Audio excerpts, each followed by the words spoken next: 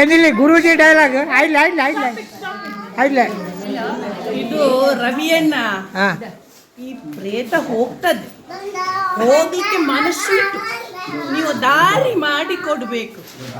ದಾರಿ ಅಂದ್ರೆ ಇದೆಲ್ಲ ರವಿಯಣ್ಣ.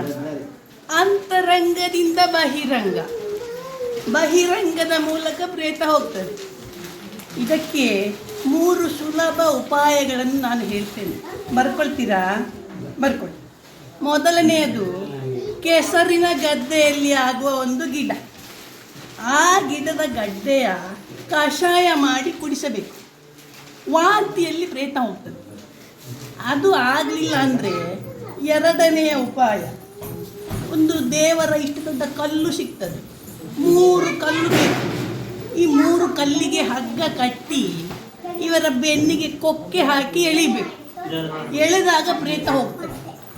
ಇದರಲ್ಲೂ ಆಗಲಿಲ್ಲ ಅಂದರೆ ಮೂರನೇ ಉಪಾಯ, ನಿಮ್ಮ ಊರಿನ ದೇವಸ್ಥಾನ ಯಾವುದು?